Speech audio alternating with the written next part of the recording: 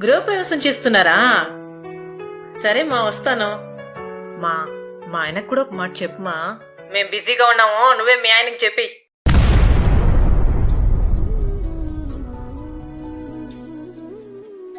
ఏం జాను డల్గా ఉండవు?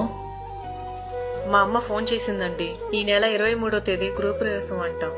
ఆ మాటని ఎందుకంత డల్గా చెప్తున్నావు? వెళ్దాంలే. వాళ్ళు మిమ్మల్ని ఒక మాట కూడా పిలవకుండా ఎలా అండి వెళ్ళేది?